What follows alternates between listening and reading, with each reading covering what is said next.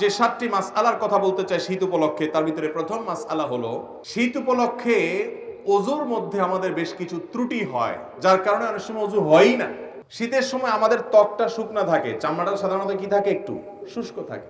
তো যার কারণে আপনি যদি পানি দেন, দেখবেন যে শুধু পানি দিয়ে দিলেই ভিজে না, একটু ভালো করে কি লাগে, ডলতে হয়।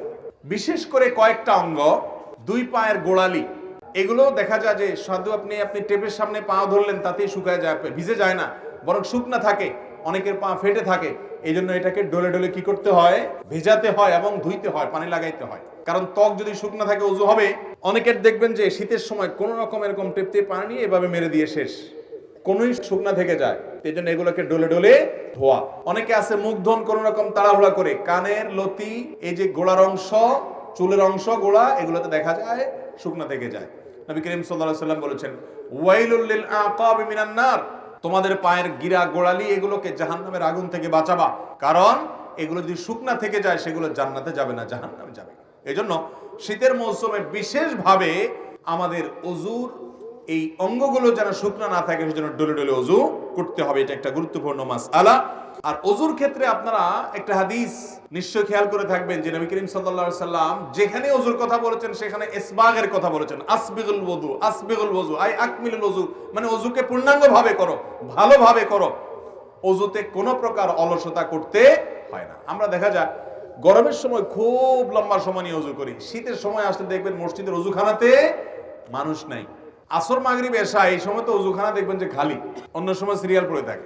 এর একটা কারণ হলো যে ওই যে ওযু ধরে রাখার চেষ্টা করে অনেকে, আবার অনেকে ওযু করে ঠিক আছে কিন্তু করলেও খুব হুলস্থুল করে, 1 মিনিটের ভিতরে ওযু শেষ। কারণ ঠান্ডা থেকে বাঁচার জন্য কোনো রকম পানি মেরে দিয়ে দৌড় দেয়। এটা তো ওযু হবে না ভাইয়ের আমার, যদি শুকনা থাকে। 2 নম্বর মাসআলা হলো, যদি কেউ চান শীতের সময় পাও ধোবেন না, বিশেষ করে অনেকে আছেন এজমার রোগী, তাদের পাও ভিজাইলে অসুবিধা হয়, পায়ে পানি লাগালে তাদের সমস্যা দেখা দেয়। সমস্যা হোক বা না হোক, সর্বাবস্থায় আপনি চাইলে শীতের সময় শুধু না অন্য সময়ও করতে পারেন, শীতের সময় বেশি দরকার, সেজন্য শীতের আমল হিসেবে বলছি। আপনি চাইলে পূর্ণাঙ্গ ওযু করলেন, কথার কথা দুপুর বেলায় বা সকাল বেলায় ওযু করলেন, হাত ধুলেন, মুখ ধুলেন, মাথা মাসে করলেন এবং পাও ধুলেন। পাও ধোয়ার পর অর্থাৎ পূর্ণাঙ্গ ওযু করার পর ওযু অবস্থায় যদি আপনি মোজা পরেন এবং মোজাটা যদি চামড়ার হয়, চামড়া মোজা হলে সর্বসম্মতিক্রমে মাসা হয়ে যাবে। কাপড়ের মোজা হলে মাসা হবে কিনা ইখতিলাফ আছে।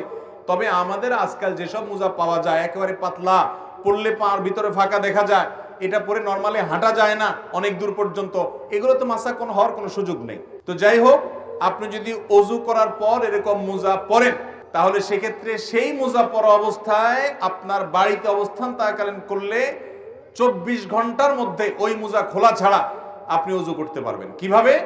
আপনি হাত ধুলেন, মুখ ধুলেন, মাথা মাসে করলেন, পাও দেওয়ার সময় আসলে আপনি ভিজা হাত দিয়া পায়ের উপরে, তলায় না, উপরে এরকম করে একটা টান দিলেন ডান পায়ে, আবার আরেক হাত ভিজায়া বাম পায়ে এরকম একটা টান দিলেন, বা ভিজা হাত দিয়া দোনো পাও আপনি টান দিলেন।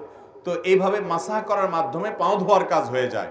এবং এটি আহলুস সুন্নাহ জামাতের গুরুত্বপূর্ণ একটা আকীদা যে তারা আহলুস সুন্নাহ জামাতের সকলেই মাসাল খুফাইন বা মুজার উপরে মাসা করাকে জায়েজ মনে করে। নবী করিম সাল্লাল্লাহু আলাইহি ওয়াসাল্লাম মাসা করেছেন, আলী রাদিয়াল্লাহু তাআলা আনহুকে নির্দেশ করেছেন, বিধায় মুজার উপরে মাসা করলে সওয়াব কোনো কম হবে।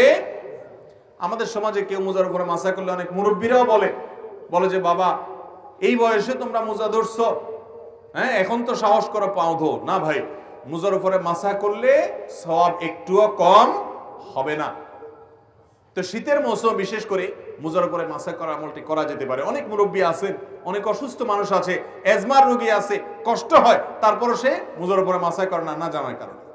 তো ভাইরা আমার, মুজার উপরে মাসা করা যায়, চাইলে অন্য সময়ও করা যায়, শীতের সময় বেশি দরকার, সেজন্য শীতের মাসালা হিসেবে বললাম। নাম্বার 3, তৃতীয়ত একটা গুরুত্বপূর্ণ মাসআলা হলো, শীত যখন তীব্র হয়, অনেক হাড় কাঁপানো শীত যখন শুরু হয়, দেখবেন যে গ্রামে শহরে, বিশেষ করে গ্রামে বেশি দেখা যায় অনেকে চাদর মুড়ি দিয়ে নামাজ পড়েন। আছে না নাই? চাদর মুড়ি দিয়ে নামাজ পড়েন, অর্থাৎ এমন ভাবে চাদর পরেন যে নাকটা সহকারে ঢাকেন, যাতে করে নাক দিয়া ওই যে আপনার কুয়াশা টুয়াশা না ঢুকতে পারে, যাতে করে শীতে চেহারাটা কষ্ট না হয়। সেজন্য পুরো চেহারা ঢেকে শুধু চোখ দুটো খোলা রেখে অনেকে চাদর পরেন। আছে না এরকম? মাথা আপনি চাদরে লাগান, কোনো অসুবিধা নেই, কিন্তু আপনি মুখ ঢাকেন তাহলে সেটা মাকরুহ হবে।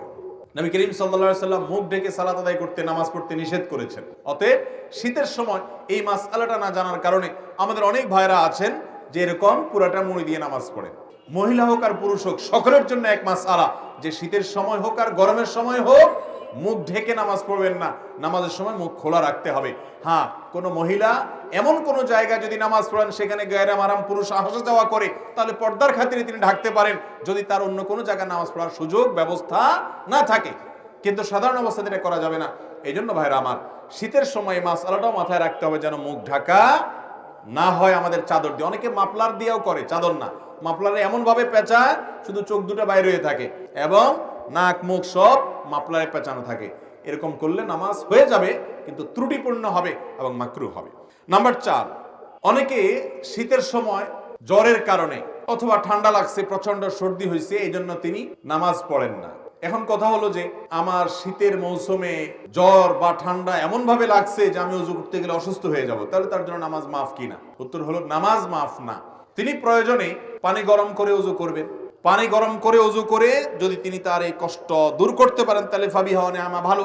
আর যদি না পারেন, গরম পানি করার মতো কোনো আয়োজন তার কাছে নাই এবং এত ঠান্ডা পানি যেটা ব্যবহার করলে তার অঙ্গহানি হতে পারে, অঙ্গ অবশ হয়ে যেতে পারে, অসুস্থতা দীর্ঘস্থায়ী হয়ে যেতে পারে, কষ্ট অনেক বেশি হতে পারে, সীমাহীন হতে পারে, অসহনীয় পর্যায়ের কষ্ট হতে পারে, এরকম মনে হলে, সেরকম ঠান্ডা আমাদের দেশে খুব বেশি পড়ে না, যদি এরকম হয় তাহলে সে ব্যক্তি তায়াম্মুম করতে পারবে।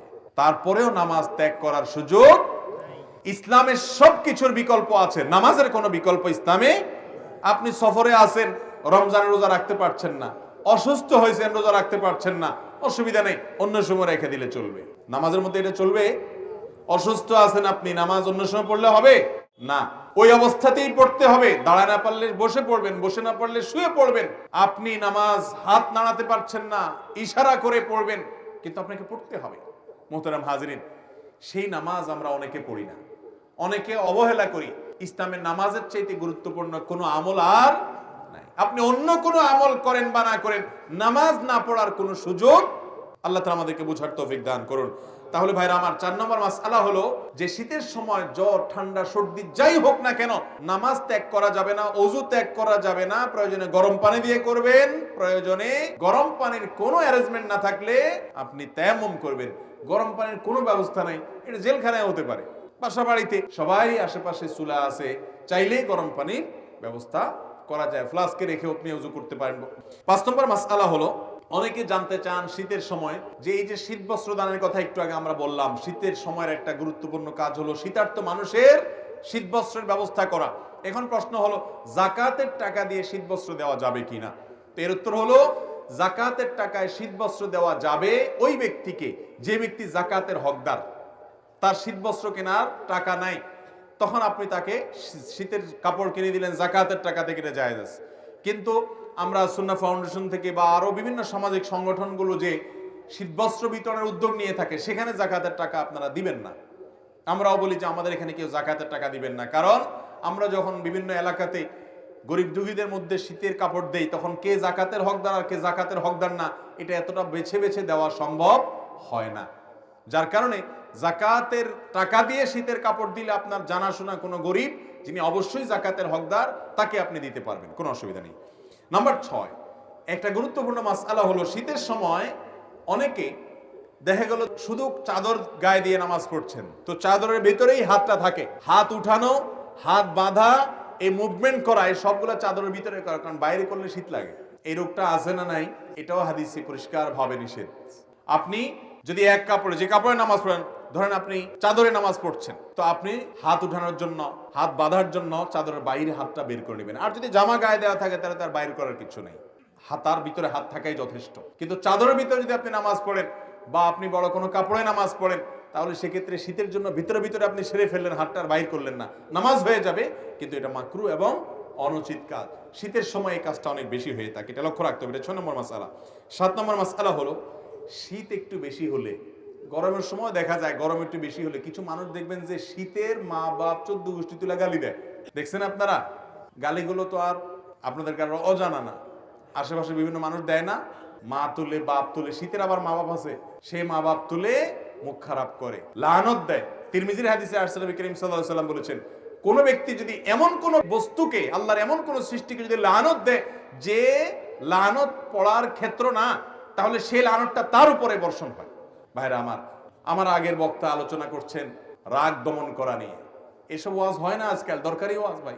রাগ দমন করতে হবে। অনেক নামাজি মানুষ কিন্তু বদমেজাজি আছে না নাই? দাড়িওয়ালা মানুষ সবই ঠিক আছে মাশাআল্লাহ, মেজাজটা এত বিশ্রী যে একজন ইমানদার এত বিশ্রী আচরণ হওয়ার কথা। অতএব ভাইরা আমার, শীতের তীব্রতায় বা গরমের তীব্রতায় কোন অবস্থাতে শীত বা গরমকে গালমন্দ করা, লানতান করা, অভিশাপ দেওয়া বা বাজে কথা বলা, এটা জাহেল মানুষের কাজ। ইমানদার তো শীত যত তীব্র হবে তার জাহান্নামের কথা তত বেশি স্মরণ হবে, সে তত আরো ভালো কথা বলবে, আরো বিনম্র হবে, আল্লাহর কাছে পানা চাইবে, বাজে কথা বলবে না।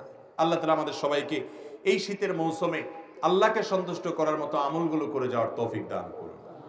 এবং শীত উপলক্ষে যেসব মাসআলার ব্যাপারে আমাদের বিশেষ যত্ন থাকা উচিত, সতর্ক থাকা উচিত, সেগুলোর পরে আমরা যেন বিশেষভাবে সতর্ক থাকতে পারি, যত্নশীল থাকতে পারি। আল্লাহ তাআলা আমাকে, আপনাকে, আমাদের সবাইকে আমল করার তৌফিক দান